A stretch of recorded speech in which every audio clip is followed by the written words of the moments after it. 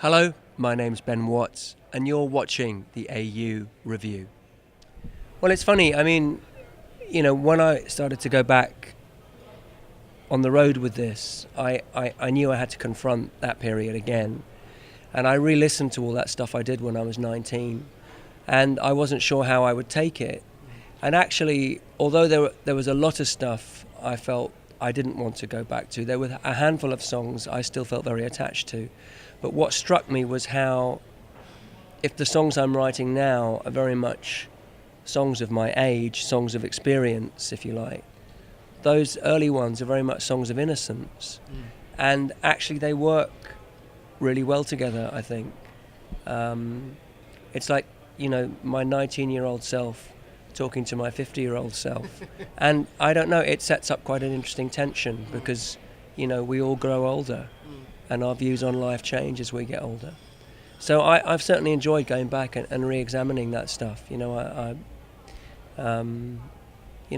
been rewarding. And actually, somebody gave me a bootleg the other day of one of my gigs from 1983, and I'd never heard it.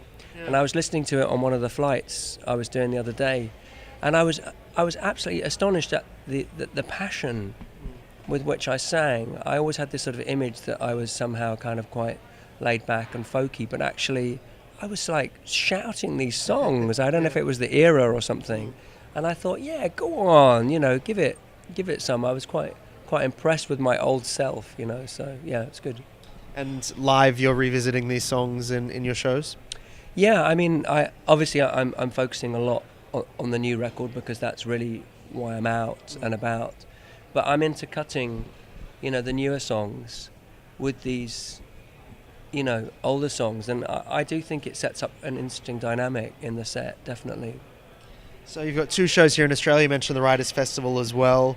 What does it mean? You did it for the first time in Japan, first time in Australia, doing these songs. What does it mean to be sharing these songs, many of which, as you mentioned, are very personal? Well, North Marine Drive, my first album, has always been a bit of a cult classic in Japan, and yet I've never ever played there. And I felt quite moved in Tokyo, particularly playing the title track to those people and looking down at an audience of people to whom it did mean a lot, people who've been waiting a long time to hear it. And I was very aware as I was singing it of its kind of resonance for people. And I'm sure there will be people in Australia, who, have looked forward to seeing some of that stuff played for the first time. But, I'm very happy to do it. Well, it's good to have you here with the songs. And what is next for you beyond these shores? I go back after Melbourne, and I've actually got a few weeks off in September for a change. But then I'm back out on the road in October with my trio, and going back to Japan because the Summer Sonic thing has been such a success. They've asked me back in November. And then, I don't know, I really don't plan, so I have nothing in the diary. I just wait and see what comes. You've got a few teenagers now, don't you? So that's probably keeps your hands full at home. Yeah, no, the kids have been quite good about this. They alternate between being quite proud of me, but also just rolling their eyes and just thinking, "What are you doing, Dad? You're too old for this."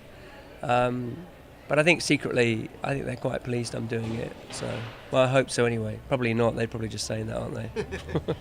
Have they joined you on the road much over the years? Because I read that quite a few of the songs for this record were written in when you were traveling around America. Oh no, a couple were. Last year, in the middle of writing the album, I took a road trip with an old friend of mine. We drove down the west coast of America. Something everyone should do at some point in their life. Yeah, it was what one of my daughters called our man trip, and a couple of songs came out of that trip actually. But most of the songs are very much located in England and English geography, but those two songs, they're set in California and Oregon, so it's different. Beautiful parts of the world. Yeah. And I imagine you've gotten to see plenty of the world in your life in the industry.